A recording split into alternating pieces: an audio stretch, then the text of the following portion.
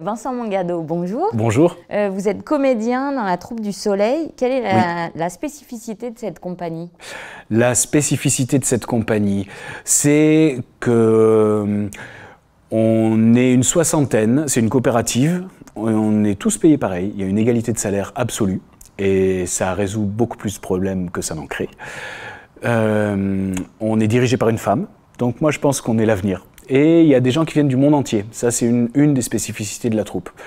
Non seulement parmi les comédiens, mais aussi au bureau, à la cuisine. Voilà. Donc, et ça, c'est quelque chose qui est vieux, qui est arrivé très tôt, dans les 60 ans d'histoire de la compagnie.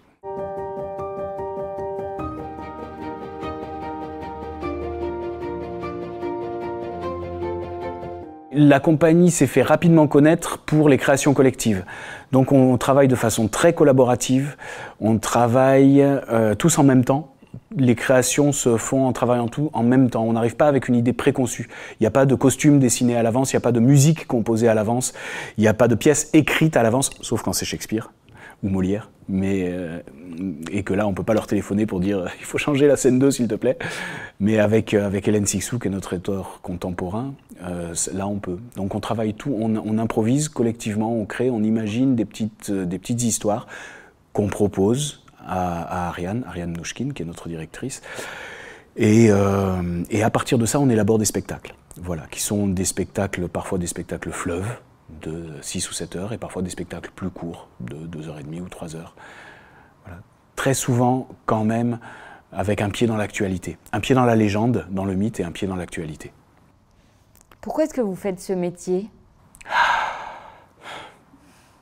Moi, je crois que ça a à voir avec l'enfance. Je crois que ça a à voir avec la poursuite de rêves d'enfant. Vraiment.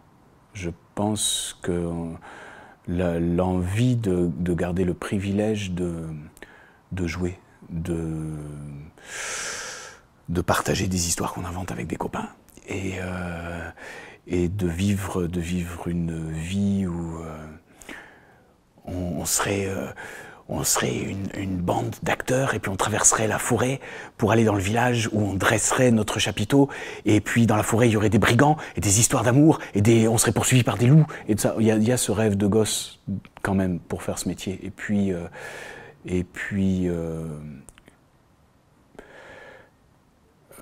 le besoin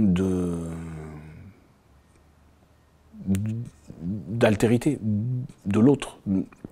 Mon métier c'est l'autre. Mon métier, c'est le masque. Il y a un creux à combler. Je pense, pas que chez les acteurs, hein. Je pense chez les musiciens, chez les peintres, chez les écrivains. Il y a un creux à combler. Il y a une place pour l'autre. Si on ne fait pas ça, on ne sait pas quoi faire avec ce creux. On est emmerdé. Parce que tu ne peux pas l'exprimer dans l'épicerie. J'adore hein, un bon épicier, un bon boucher. Ça n'a pas de prix, mais c'est pas là que tu l'exprimes, ce creux-là. Quelle histoire avez-vous avec le protestantisme ? D'abord, c'est un héritage familial, culturel. J'ai un grand-père pasteur, des protestants dans la famille, des deux côtés, à tous les étages. Enfin, voilà. Donc il y a un héritage culturel indéniable. Ce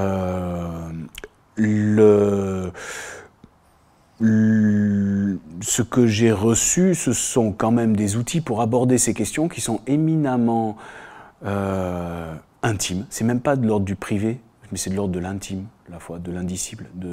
Mais le protestantisme dont j'ai hérité m'a transmis des outils pour me débrouiller avec ces questions-là, qui traversent tout être humain à un moment ou à un autre, je crois. Voilà, donc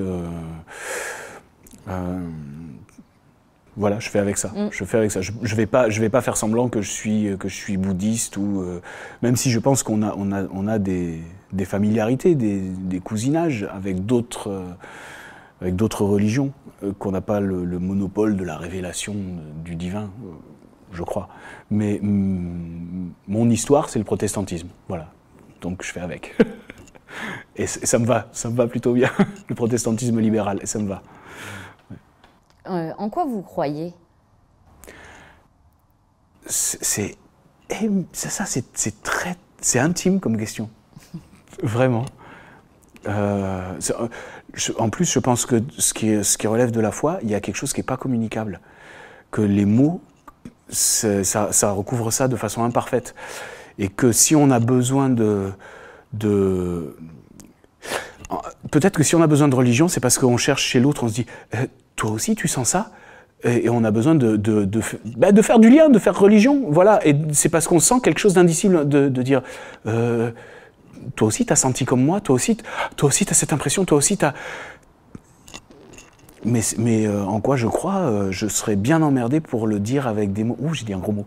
Je serais bien ennuyé, je serais bien embêté, je serais gêné, je serais coincé aux entournures pour l'exprimer avec des mots. Ça suffirait pas. Si je devais que le danser, ça suffirait pas non plus. Si je devais le peindre, ça suffirait pas non plus. Je crois, ouais, voilà. À quoi exactement? Parfois, je le sais pas moi-même. Est-ce que j'ai répondu à la question?